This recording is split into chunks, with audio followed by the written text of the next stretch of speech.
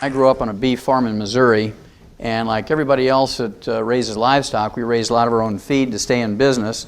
And we raise corn and soybeans and hay, and we grind this stuff up into a flour, and we'd add vitamins and minerals and trace minerals. You make pellets, and you feed those calves for about 6 to 9 months, and then you ship them off to be butchered or maybe to other feeders. And you always save back the very best ones for yourself, and you knock them in the head and eat them. It's a real simple cycle on the farm. And the thing that fascinated me as a teenager was that we went to a great deal of trouble for those calves, and yet as a family we ate out of the very same fields. We'd keep back 5 rows of corn for ourselves. We had a garden at the end of the field where we grew our peas and beans and squash and tomatoes. And we wanted to live to be 100 with no aches and pains, and we didn't give ourselves the very same vitamins and minerals and trace minerals that we gave the calves. And I always used to ask my dad, I'd say, "Hey Pops, how come we go to all that trouble for those calves and not for ourselves?" And he'd say, "Shut up, boy. You're getting farm fresh food, fresh air, lots of free exercise. Don't ask complicated questions." And I was glad to get rid of the farm exercise and go to ag school at the University of Missouri. And there my major was in animal husbandry and nutrition. My minor was in field crops and soils. And I began to learn technical things about soil chemistry and how it related to tons and bushels per acre and ag economics. But I didn't get an answer to my basic question until I became a freshman veterinary student at the University of Missouri. And there I learned that the reason why we put all these vitamins and minerals and trace minerals into animal feeds, bottom line, is because we don't have insurance for them. We don't have Blue Cross, Blue Shield, major medical hospitalization, Medicare, Medicaid. And if we were to use a human healthcare type of system for animals, it'd be sticker shock for you. And your hamburger would cost you $275 a pound, boneless, skinless chicken breast would be $450 a pound, dozen eggs would be $50 just to pay for the health care. So we learned that we could keep the price of animal products such as meat and dairy and poultry and eggs down to where the average American could afford them simply by significantly reducing or totally eliminating health care costs. And we do that in animals by preventing and curing diseases with nutrition. Well, after graduating vet school, I went to Africa for a couple of years and got to work with Marlon Perkins from the old Mutual of Omaha Wild Kingdom days, and that was kind of a kick. Got to play Frank Buck, use a tranquilizer gun, tromp all over Central and South Africa for a couple of years. And then Marlon sent me a telegram and invited me back to the States. He'd gotten a $7.5 million grant from the National Institutes of Health, and this was more than 30 years ago, and this was to study pollution and ecology and the environment. And my job as the wildlife veterinarian on the project was to do autopsies of animals that died of natural causes in the big zoos around the United States. And I was supposed to identify or find a species of animals that was ultra sensitive to pollution. And we're going to use that animal much like the old coal miners used to use canaries. You know how that goes. They take the canary down in the mine, and if methane gas or carbon monoxide were to leak into the mine, the canaries were more sensitive than the men and would drop off the perch and die, and long before the men were in danger of suffocating or blowing up. Well, to make a long story short, after some 12 plus years of working on this project, I had done some 17,500 autopsies in over 454 species of animals, plus 3,000 human beings for a comparison. And what I learned was that every animal and human being who dies of natural causes dies of a nutritional deficiency disease. And I got kind of excited about nutrition again, and I wrote 75 scientific papers on the subject, wrote chapters for 8 multi-author textbooks, actually contributed a textbook myself, 1,000 pages, 2,000 illustrations. And through the news releases that were in the big universities I worked with, I was on 2020. It was in 1,700 newspapers around the world through the UPI and AP Newswire services.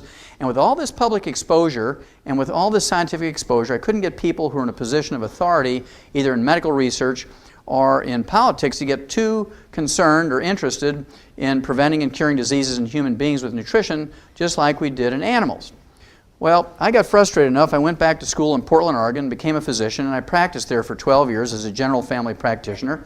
And I sewed up chainsaw wounds, delivered babies, used everything that I'd learned in veterinary nutrition on my human patients, and it was no surprise to me that it worked just as well in people as it did in animals. Well, to get started, I always like to talk about longevity, and the human being has the genetic potential to live healthily, to be 120. I'm going to prove that to you in just a minute. Unfortunately, Americans do a lousy job when it comes to longevity. Our average lifespan in the United States is 75.5, about half what we're genetically capable of. In 1990, when the World Health Organization examined the top 32 industrialized nations on Earth, the United States came out 17th. There was actually 16 other countries whose people's live longer than we do. We rank 19th in healthfulness. That meant that there were 18 other countries whose peoples live longer than we do before they develop heart disease and cancer and diabetes and arthritis and osteoporosis. We ranked 23rd when it came to live births and first-year survivabilities of babies, and we ranked dead last, 32 out of 32, when it came to preventing birth defects. Now, what all this means is we have the highest priced healthcare system in the world, but not the best. It also means that we have the most envied healthcare system in the world, but not the best. We have the most technologically advanced healthcare system in the world, but not the best. Well, I had a good friend by the name of Christopher Bird for many, many years, over 20 years, and Chris was a best-selling author on books on organically grown food. He was an expert in this subject, and I was always trying to give him vitamins and minerals, and he refused to take them, and he'd tell me, Doc, I bring my own cooler, I don't eat any hotel food, I bring my own organically grown food, and so I don't need to take vitamins and minerals. Well, I was changing planes, again, in Atlanta, had an hour to kill, picked up the local newspaper, and guess whose obituary I found in the newspaper? Chris Bird. Of course, again, he was a best-selling author of books, The Secret Life of Plants, The Secrets of the Soil, and he died at age 68 from a ruptured aneurysm, a type of stroke, 7.5 years before the average American dies. And he led a pristine life, lived up in the mountains, had an organically grown garden, collected herbs, like Yule gibbons, and ate wild hickory nuts and all those kind of things. And because of his belief, he died of a copper deficiency. And I'll show you in a minute that copper deficiency causes ruptured aneurysms. And it's just a tragic thing that people have so much to give and die at less than half their genetic potential for longevity. A lot of people say to me, Doc, I don't need to take vitamins and minerals and trace minerals because I use herbs. Now, herbs are not nutrition. You have to understand that herbs are not nutrition. They are great plant medicines. They're safer. They're more economical, and in most cases are more effective than prescription medications that doctors will give you, but they're plant medicines. If you have diarrhea, they can tighten you up. If you have constipation, they can loosen you up. If you have hypertension or high blood pressure, they can bring it down. If you have a fever, they can bring it down. But don't expect to get enough calcium or selenium or boron or copper or vitamin A from herbs. Well, I've been doing biomedical research and clinical research in animals and human beings, and I can tell you no matter how you look at health and longevity, whether it be in animals or human beings, there's only really two concepts you have to deal with. Concept number one I refer to as avoid stepping on the landmines. This is where you don't want to throw away your healthy physical body wastefully. You don't want to smoke. Don't abuse alcohol. Don't do drugs. Don't jog down the highway at 2 o'clock in the morning wearing an all-black ninja suit. You're going to get hit by a truck mirror, right? Whenever a doctor says, here's our options, never say, Doc, whatever you say, you're the doctor. When a doctor says, here's our options, what you want to do is say, look, I want copies of all these records and tests, I want copies of the x-rays, and go visit 3 other doctors and 3 other hospitals. You want to talk to 12 of their living patients that had gone through this procedure. Talk to them, see if you really want to do this.